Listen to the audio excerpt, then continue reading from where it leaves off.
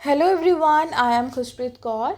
अगर आप लोगों को किसी भी सब्जेक्ट का लाइव क्लास चाहिए, टाइप्ड नोट्स चाहिए या हैंड रिटन नोट्स चाहिए तो आप मेरे को इस नंबर पे या फिर इस इंस्टाग्राम आईडी पे आप मेरे को डीएम कर सकते हैं। एंड हमारा फर्स्ट लेक्चर कंप्लीट हो गया था और फर्स्ट लेक्चर में मैंने आपको जस्ट इंट्रोडक्शन बताया था। तो आज की क्लास में हम लोग डेफिनेशंस को कंप्लीट करेंगे एंड बहुत ध्यान से समझना, ठीक है, क्योंकि बहुत इंपॉर्टेंट है। और सारी डेफिनेशंस आज की क्लास में हम लोग कंप्लीट करेंगे। सेक्शन 1 तक हमने कवर कर लिया था और आपको पता होना चाहिए कि वॉइड क्या होता है, वॉइडेबल क्या होता है, ये सारी चीज़ें आपको पता होनी चाहिए। अब समझो, सबसे पहला प्रपोजल, ठीक है। जैसे मैंने आपको प्रॉमिस पढ़ाया, एग्रीमेंट पढ़ाया, कॉन्ट्रैक्ट क्या है, वो जस्ट मैंने आपको वर्बली पढ़ाया था, है ना। तो आज की क्लास में मैं आपको प्रॉपर डेफिनेशन के साथ पढ़ाऊँगी कि क्या होता है प्रपोजल, प्रॉमिस वगैरह सब चीज़ें। अब देखो, तो सबसे पहले हमारा क्या है, प्रपोजल। प्रपोजल, ठीक है। अब समझो प्रपोजल, तो अब इसमें क्या बोल रहा है, एक इंसान है, ठीक है, एग्जाम्पल लेते हैं, एक पर्सन है। एक पर्सन बोलता है, जैसे मान के चलो ए पर्सन बी पर्सन को बोलता है कि सर आप मेरे को क्या दीजिए, आप मेरे को अपनी घड़ी दीजिए और इसके बदले में मैं आपको 1000 रुपये दूंगा, ठीक है। इसमें क्या, एक पर्सन क्या करता है, सामने वाले को बोलता है कि सर आप क्या कीजिए, आप अपनी घड़ी मेरे को दीजिए और इसके बदले में मैं आपको 1000 रुपये दूंगा। मतलब कि एक पर्सन अपनी इच्छा जाहिर कर रहा है सामने वाले इंसान को कुछ करने के लिए या कुछ ना करने के लिए। ध्यान से समझना कि एक इंसान सामने वाले इंसान को अपनी इच्छा जाहिर कर रहा है कुछ करने के लिए या कुछ ना करने के लिए। जैसे कि एक इंसान बोल रहा है कि सर आप अपनी वॉच मुझे 1000 रुपये में बेच दो। तो ये क्या है, प्रपोजल। कि व्हेन वन पर्सन, जब एक इंसान अपनी इच्छा को, विलिंगनेस का मतलब अपनी इच्छा को जाहिर करता है दूसरे इंसान को, टू अनदर, टू डू, कुछ करने के लिए या कुछ ना करने के लिए। टू डू मतलब कुछ करने के लिए। जैसे मैंने आपको कहा कि आप अपनी वॉच मुझे दे दो, मैं आपको 1000 रुपये दूंगी। तो ये क्या है, कुछ करने के लिए। एब्स्ट्रेन का मतलब कुछ ना करने के लिए। एब्स्ट्रेन का मतलब मैंने आपको कहा कि सर आप उसे, मतलब मैं बोलती हूँ कि सर आप अपनी वॉच उसे मत बेचो, मेरे को दे दो। तो मैं क्या बोल रही हूँ, उसे एब्स्ट्रेन कर रही हूँ कि आप ऐसा काम मत करो, कि आप अपनी घड़ी, आप अपनी वॉच उस पर्सन को मत सेल करो, ठीक है। या तो मैं अपनी इच्छा जाहिर कर रही हूँ कुछ करने के लिए या कुछ ना करने के लिए, from doing anything with a view. अब मैं ऐसा कर क्यों रही हूँ, मतलब ये क्वेश्चन आ जाएगा कि भाई आप अपनी इच्छा जाहिर क्यों कर रहे हो सामने वाले इंसान को कि आप कुछ करो या कुछ ना करो, क्यों क्यों with a view to obtaining the assent. Assent अभी कंसेंट पढ़ाया था ना, इसे क्या बोलते हैं, कंसेंट भी बोलते हैं। कि मैं अपनी इच्छा जाहिर इसलिए कर रही हूँ ताकि सामने वाला इंसान मुझे क्या दे दे, मुझे कंसेंट दे दे कि ठीक है। और इसे क्या कहा जाएगा, इसे प्रपोजल कहा जाएगा। मतलब कि एक इंसान बोलता है कि सर मैं आपको अपनी वॉच दूंगा और आप मुझे इसके बदले में 1000 रुपये दोगे। तो ए पर्सन बी पर्सन को अपनी इच्छा जाहिर कर रहा है कुछ करने के लिए या कुछ ना करने के लिए। और क्यों कर रहा है, वो इसलिए कर रहा है ताकि सामने वाला इंसान क्या कर ले, उसे अपनी कंसेंट दे दे। अब वो अपनी कंसेंट दे देगा, मतलब कि ए पर्सन ने क्या किया, उसे एक ऑफ़र दिया, ठीक है जी। ए पर्सन ने बी पर्सन को एक ऑफ़र दिया और बी पर्सन ने उसे क्या कर लिया, एक्सेप्ट कर लिया। क्या बात समझ गए, इसे प्रपोजल कहा जाएगा। अभी एक्सेप्टेंस का मत समझो, जस्ट इतना समझो कि जब एक इंसान सामने वाले इंसान को क्या करता है, अपनी इच्छा जाहिर करता है कुछ करने के लिए कुछ ना करने के लिए, तो इसे प्रपोजल कहेंगे। और क्यों करता है, क्योंकि ताकि सामने वाला इंसान उसे क्या दे दे, कंसेंट दे दे। तो ध्यान से समझना। प्रॉमिस में जब हम लोग वादा करते हैं, हम लोग प्रॉमिस करते हैं तो दो पार्टीज़ होती है, एक प्रॉमिसर होता है और एक प्रॉमिसी होता है। मैंने कहा था ना कि दो पार्टीज़ होंगी, तो वही दो पार्टीज़ को कहा जाता है प्रॉमिसर और promisee. A person B person को बोलता है कि आप मेरी वॉच खरीद लो और बी पर्सन उसे क्या है, 1000 रुपये देता है। तो मतलब कि ए पर्सन ने क्या किया, प्रपोजल दिया।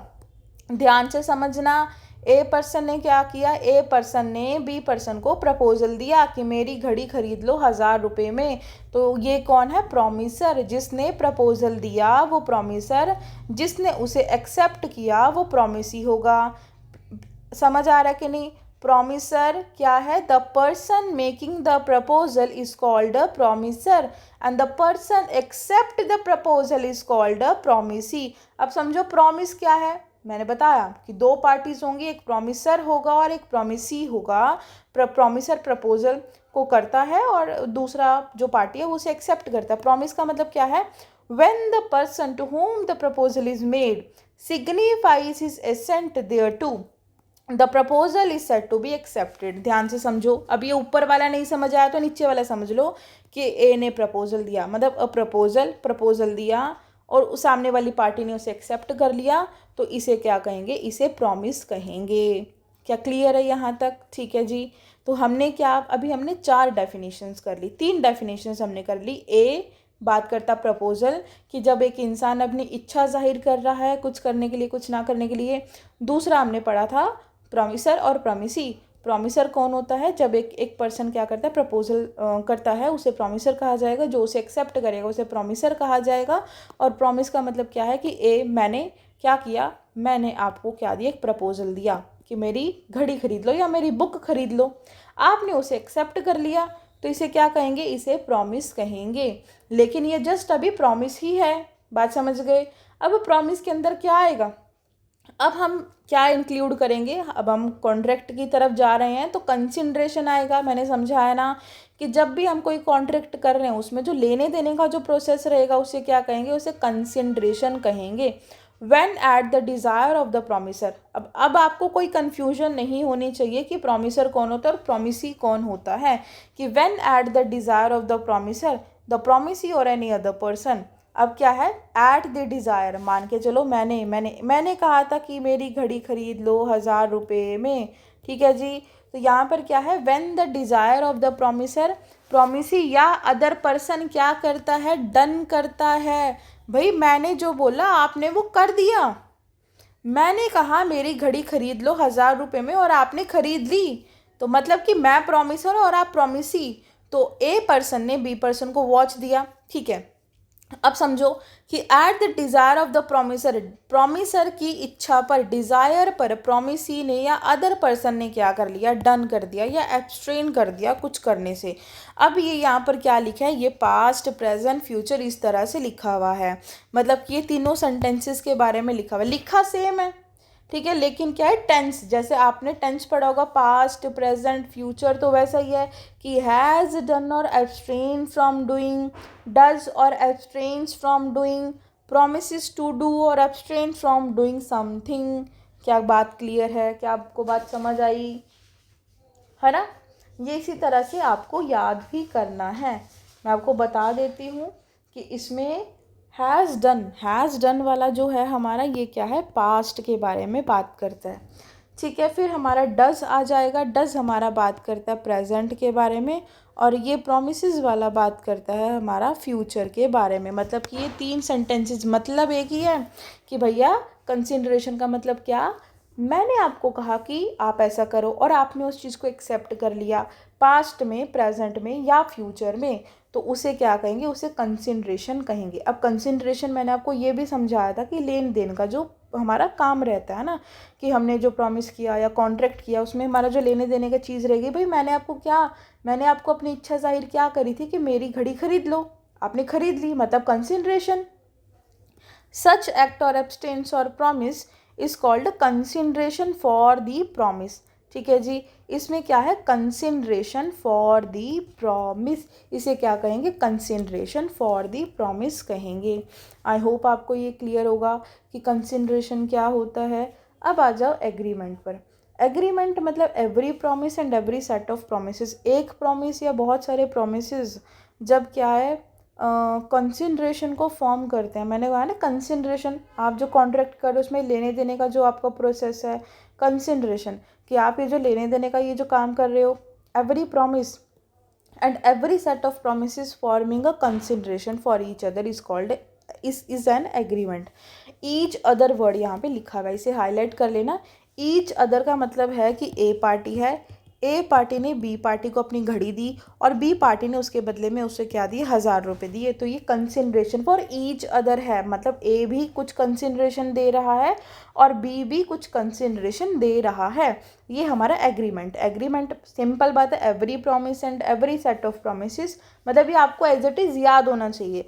अगर आपको अपना एलएलबी का अपना यूनिवर्सिटी का एग्ज़ाम देना है तो ये डेफिनेशन आती है। मैं बता दूँ, कंसिडरेशन की डेफिनेशन बहुत इंपॉर्टेंट है। प्रॉमिस प्रपोजल की, प्रॉमिस ही कौन होता है, ये सब इम्पॉर्टेंट है, ठीक है। एंड एग्रीमेंट, एग्रीमेंट तो मतलब आपको पूरा टिप्स पे याद होना चाहिए कि every promise and every set of promises forming a part of same consideration is called an agreement, ठीक है, इस तरह से।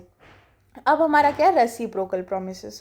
तो रेसिप्रोकल प्रोमिसेस का मतलब क्या है कि भैया मैंने भी प्रॉमिस किया, आपने भी प्रॉमिस कर लिया, हम दोनों ने एक चीज़ पे बात कर ली कि ऐसा ऐसा हम लोग करेंगे। हम क्या कर रहे हैं, हमने एक प्रॉमिस किया, हम उस प्रॉमिस के अंदर एक दूसरे को कुछ ना कुछ दे रहे हैं, उसे कहेंगे रेसिप्रोकल प्रोमिसेस। ध्यान से समझो कि promises which form the consideration, कि एक ऐसा प्रॉमिस जो फॉर्म करता है एक कंसिडरेशन को या पार्ट ऑफ अ कंसिडरेशन को for each other is called a reciprocal promises. कि जब क्या करता है, जब प्रोमिसेस क्या करते हैं, फॉर्म करते हैं कंसिडरेशन, क्या करते हैं, फॉर्म करते हैं consideration, part of consideration, part of consideration for each other, दोनों के लिए, भाई एक के लिए नहीं, दोनों के लिए, बात समझ गए, दोनों के लिए वो क्या करते हैं, दोनों एक दूसरे को कुछ ना कुछ दे रहे हैं। अब मान के चलो कि मैंने आपको एक फ़ोन दिया लेकिन उसके बदले में आपने मेरे को कुछ भी नहीं दिया, तो वो गिफ्ट हो जाएगा, तो वो कॉन्ट्रैक्ट एग्रीमेंट में नहीं आता। प्लीज़ ध्यान से समझ लेना कि promises which form the consideration, part of the consideration for each other is called reciprocal promises. अब हमारा आता है कॉन्ट्रैक्ट। मैंने कहा कि जो इन्फोर्सिएबल बाय लॉ होता है उसे कॉन्ट्रैक्ट कहेंगे। क्या कहेंगे, कॉन्ट्रैक्ट, ठीक है, क्या कहेंगे, contract. Enforceable by law is a contract. N agreement which is enforceable, एक ऐसा एग्रीमेंट जो कि इन्फोर्सिएबल बाय लॉ होता है। मैंने क्या कहा था, एग्रीमेंट का मतलब क्या, every promise and every set of promises, मतलब कि प्रॉमिस से मिलकर हमारा एग्रीमेंट बन रहा है। एग्रीमेंट जब इन्फोर्सिएबल हो जाएगा तो हमारा वो कॉन्ट्रैक्ट बन जाएगा। मैंने आपको पढ़ाया कि कॉन्ट्रैक्ट जो है हमारे 4 तरह का होता है। एक होता है वॉइड एग्रीमेंट, एक होता है वॉइडेबल कॉन्ट्रैक्ट और एक होता है वॉइड कॉन्ट्रैक्ट। सो क्या है वॉइड का मतलब, क्या है कि an act which is not enforceable by law is called void, मतलब कि एक ऐसा एक्ट है जो कि इन्फोर्सिएबल बाय लॉ नहीं है। मतलब जैसे अगर आपने कॉन्ट्रैक्ट किया माइनर के साथ तो वो इन्फोर्सिएबल बाय लॉ नहीं है। हमारा कानून बोलता है कि आप 18 साल से छोटे बच्चे के साथ कॉन्ट्रैक्ट नहीं कर सकते, मतलब कि वो क्या हो जाएगा, वो वॉइड हो जाएगा। और मैंने क्या आपको बताया था, वॉइड एब इनिशियो, है ना, कि जो कि स्टार्टिंग से ही क्या है, जो स्टार्टिंग से ही गलत है। तो ये लीगल मैक्सिम आप यहाँ पर यूज़ कर सकते हैं। N agreement which is not enforceable by law is a void, example minor. अब आ गया वॉइडेबल कॉन्ट्रैक्ट। मैंने आपको पढ़ाया था कि एन एग्रीमेंट विच इज़ एक ऐसा एग्रीमेंट जो कि इन्फोर्सिएबल बाय लॉ तो है। मैंने क्या एग्जांपल दिया था आपको, कॉर्शियन का एग्जांपल दिया था कि एक इंसान ने सामने वाले इंसान को धमकाया कि आप क्या करो, अपना घर मेरे को 10 लाख रुपए में दे दो। कि N agreement which is enforceable by law at the option of the one party, कि यहाँ पर इन्फोर्सिएबल बाय लॉ है, मतलब एक पार्टी की तरफ से तो कॉन्ट्रैक्ट बिल्कुल सही है। जैसे ए ने धमकाया बी को, तो ए की तरफ से तो कॉन्ट्रैक्ट बिल्कुल सही है, लेकिन बी की तरफ से कॉन्ट्रैक्ट सही नहीं है क्योंकि उसे धमकाया गया। तो बी पार्टी के पास क्या है, 2 ऑप्शंस हैं, या तो वो क्या करे, इस कॉन्ट्रैक्ट को कंटिन्यू करे, या फिर इस कॉन्ट्रैक्ट को कहे कि मैं इस कॉन्ट्रैक्ट को फॉलो नहीं कर रही हूँ और मैं आगे जाके क्या कर रही हूँ, केस फाइल कर रही हूँ। An agreement which is enforceable by law at the option of one और more of the parties there to but not at the option of the other party, मतलब इन्फोर्सिएबल है by one party but not enforceable at the option of other party. क्या बात clear है। अब हमारा आता है वॉइड कॉन्ट्रैक्ट। वॉइड कॉन्ट्रैक्ट का मतलब है कि a contract which is ceases to be enforceable by law, कि कानून ने कह दिया कि अब आप एग्रीमेंट नहीं कर सकते पाकिस्तान के साथ। मतलब पहले तो कॉन्ट्रैक्ट हो रहा था, बहुत अच्छा खासा हो रहा था, लेकिन अब आप नहीं कर सकते। अब नहीं कर सकते तो मतलब नहीं कर सकते। अब आपका जो भी एग्रीमेंट या जो भी आपका कॉन्ट्रैक्ट था पाकिस्तान के साथ, वो आपको क्या करना पड़ेगा, ख़त्म करना पड़ेगा। इसे कहा जाता है वॉइड कॉन्ट्रैक्ट। कहते हैं कि जब प्रपोज़ल होता है और एक्सेप्टेंस होता है तो वो एग्रीमेंट बन जाता है। कि जब प्रपोज़ल होता है, विलिंगनेस जो हमने पढ़ा ना, विलिंगनेस वगैरह, एक्सेप्टेंस हो जाता है ना, कि जब मैं अपनी इच्छा जाहिर कर रही हूँ, आपने उसे एक्सेप्ट कर लिया, तो वो एग्रीमेंट बन जाएगा। एग्रीमेंट बन गया, एग्रीमेंट के साथ अगर इन्फोर्सिबिलिटी हो जाएगी तो वो कॉन्ट्रैक्ट बन जाएगा। एग्रीमेंट की एसेंशियल कंडीशंस हैं, पार्टीज़, ऑफ़र और प्रपोज़ल होना चाहिए।